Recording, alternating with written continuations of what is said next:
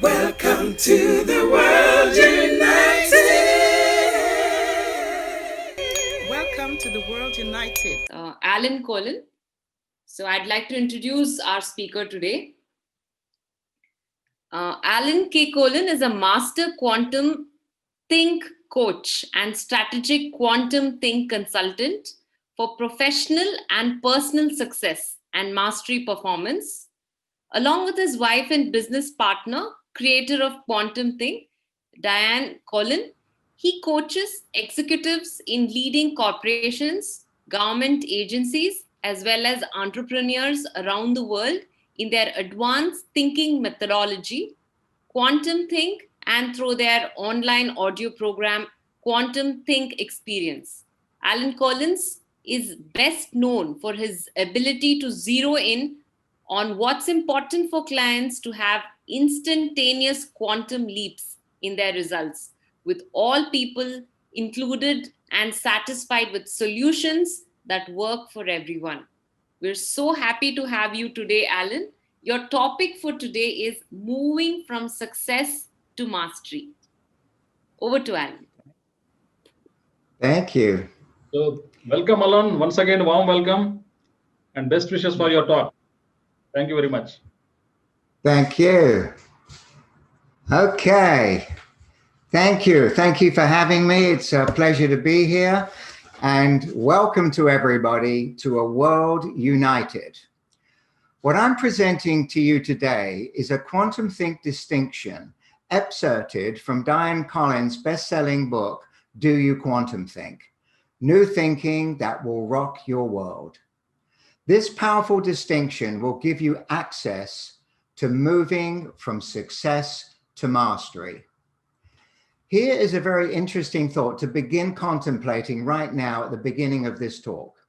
It is to practice listening from not knowing. Now, can you imagine what it would be like to live in a state of not knowing? If I ask you whether you think you are open-minded, I'm sure you would say, yes, of course. But each one of us has a whole history of automatic responses to people and situations that come into play every moment, especially with people we're very familiar with. Our habits of thinking, our habits of relating, our habits of communicating are so much a part of us. The system in which we have been conditioned to think puts limits on what we hear, how we hear new ideas, and how we listen to each other. What is already there limits what's possible. We think we have an open mind, a blank canvas, but you can see if you take a moment to reflect on your habits of relating, that isn't so. People have stood by the famous assertion attributed to 16th century statesman and champion of education, Sir Francis Bacon, who said, knowledge is power. In view of our ever-changing, non-static reality, a world in constant flux, always moving and unpredictably so, one could say we can no longer rely on what we know in the form of information as a source of power. The nature of information is that it changes so fast that we can no longer rely on what we know. If you want it to be effective, that is. The question is, if we can no longer count on knowledge as power, from where do we get our source of power? What can we count on so that we can be our most effective in the midst of the upheavals and transformations surrounding us? How do we ensure our success in such an environment? Well, perhaps success alone is not enough. Consider that what we already know is to move beyond success to mastery. Now, if we want to develop a state of mastery, a state of not relying on what we already know, we need to somehow be able to listen from not knowing. So how do we accomplish this? Realizing that we don't come in with a blank slate. Well, we could say that you can accomplish this by becoming aware, moment by moment, of your knowing mechanism. When you catch yourself listening like you already know who this person is, what she or he is going to say, or you're listening as if you already know the answer. You can just notice you're doing that and realize that maybe you don't know, and then listen from not knowing. Imagine you're sitting in a meeting with someone, or perhaps over dinner, and it is with someone you know. Your companion is talking about a subject you're very familiar with. Now, it's not true that you don't know. However, it is very powerful, enlivening, expanding to consider that maybe you don't know. Think about this for a moment. When you know, you close off serendipity. Serendipity is the faculty of discovering something fortunate that you weren't expecting. What can be discovered? What can you possibly hear from the other person when you come into the conversation with what you think you already know? When you listen from not knowing, you connect to the realm of creativity, of ingenuity, of the ability to dance with what reveals itself to you. There is excitement in the air. In situations where you are familiar, this can only be done by conscious choice. Just doing this consciously brings you into a very present state, into the now moment. Then instead of being stale, you'll be fresh. The moment will be alive. This is what gives you access to your own mastery. Have you ever been in a situation when you actually didn't know? You traveled to a country where you have never been before, and you didn't know the customs or the traditions or the geography or the language. The circumstances in that case dictate that you would be listening from not knowing. However, that is not what we are speaking about here. We are talking about listening from not knowing as a consciously generated state. We refer to quantum think as thinking for a new world, an expression by design replete with double entendres. It means this is a system of thinking you would need to generate in order to create a new world for yourself. Whether your new world is for you, your family, your company, or the world at large. Also, since we find ourselves in a new world developing around us today, thinking for a new world also means that we need to be able to think in a new way, in a way that is more suited to and more consistent with the state of affairs in the world. This is the paradox of a new worldview. In an observer-created reality, we, being the observer, and therefore the creator of our reality, we are generating the new world in the sense of bringing it forth. And at the same time, we are generating our relationship with the new world that is emerging around us. In a holistic world where we are not separate from the world, the dynamic of creating is a co-participatory dance. To be effective in this world is to develop a new kind of knowing, a knowing that we can call mastery. Mastery is knowing what to do in the moment that it needs to be done, and then doing it without having to think about it. Mastery is timeless and formless. Mastery has to do with effectiveness in the moment called now. Now transcends our linear concepts of time.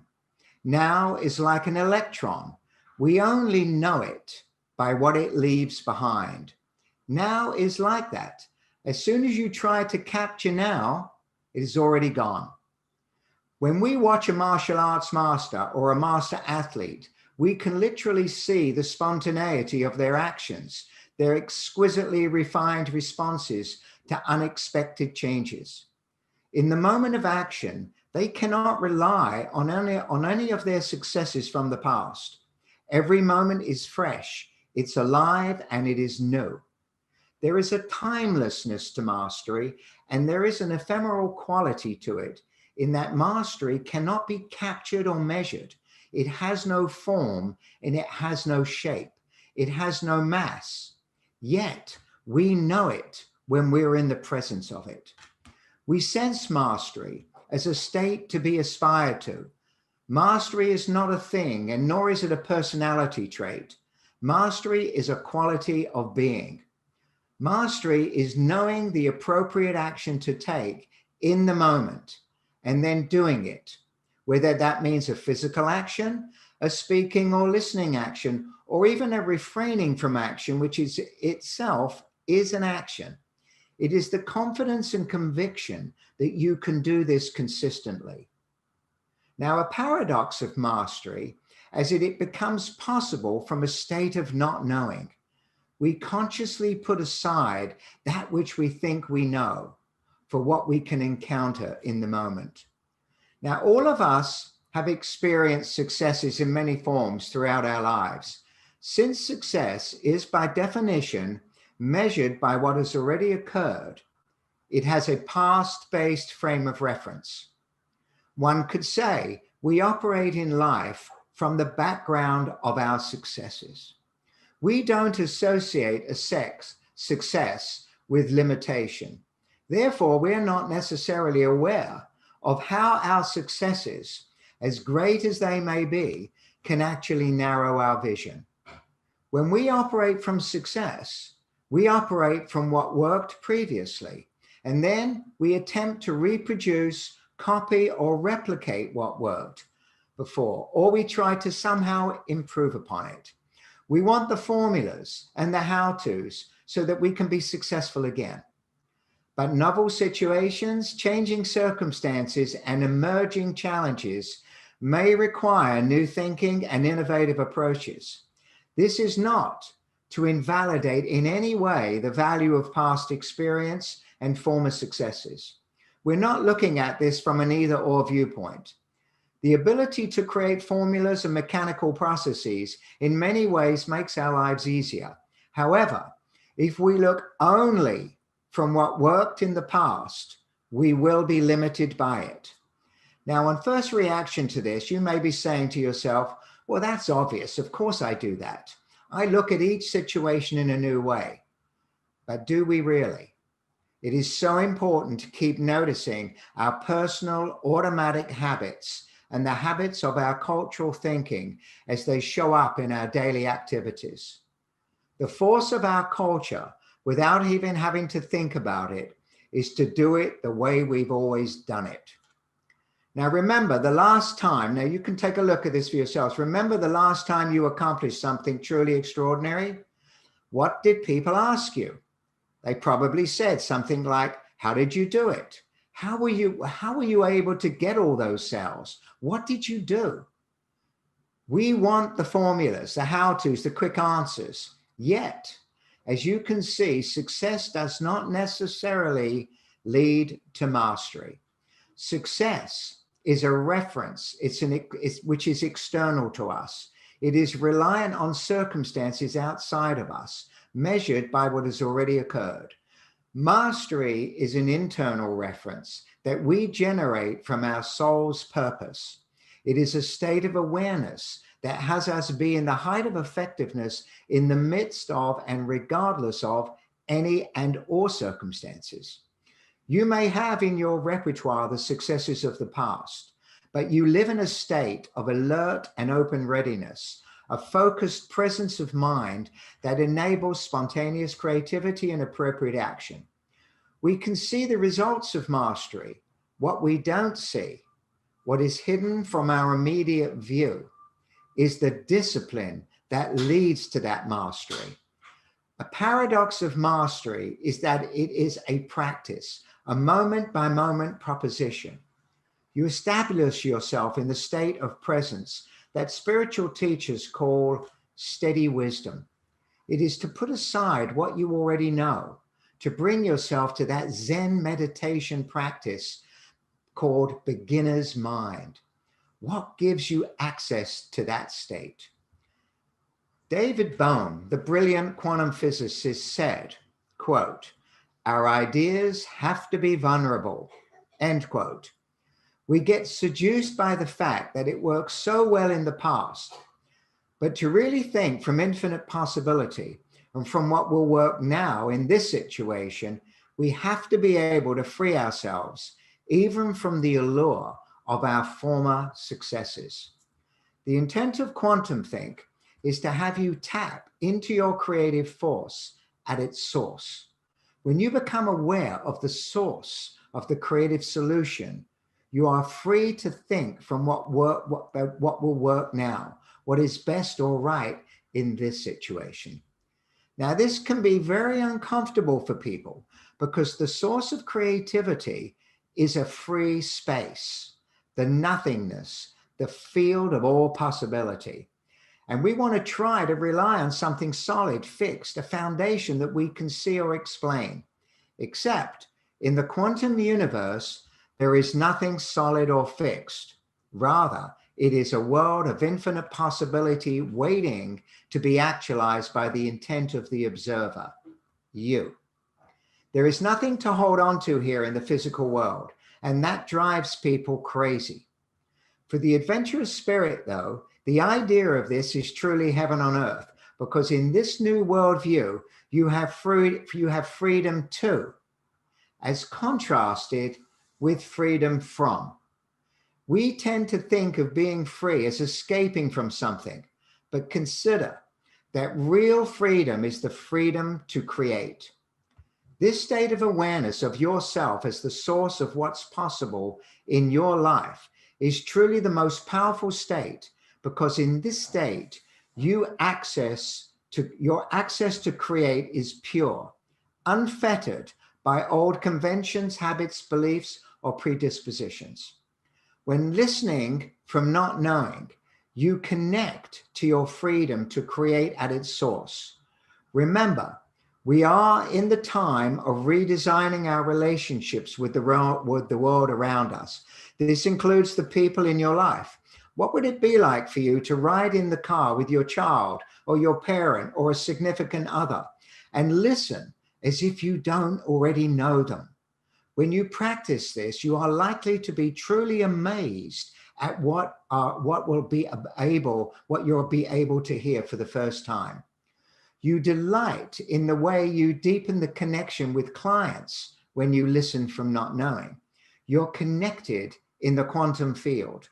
When you shift to this state, the other person actually experiences being heard. For most people, this is monumental. Listening from not knowing does not mean that you do not have some piece of information. It does not mean that you don't know something or that you are not going to be open and discover information that you didn't know at the outset. Listening from not knowing means something quite distinct from that. Listening from not knowing is a demonstration of living in the unknowable.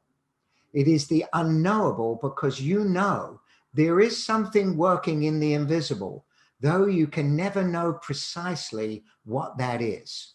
So you don't ignore it, you work with it. You don't leave it out, you use it. Even with a person you think you know so well, the situation you imagine you've lived through 100 times, the street you've walked down 1,000 times, and with you, yourself, since all of it is in constant flux. If you're listening from not knowing, you will hear and see something unprecedented, something different, something exciting, perhaps something enlivening, something life-altering. This is what it means to move from success to mastery. I want to acknowledge the brilliance of Diane Collins for thinking this into existence, along with 20 other amazing thought forms expressed in its entirety in her book, Do You Quantum Think? New Thinking That Will Rock Your World. Thank you, Diane, for making this possible. And thank you all for listening. Yeah, thank you, Alan. Thank you very much. Thank you.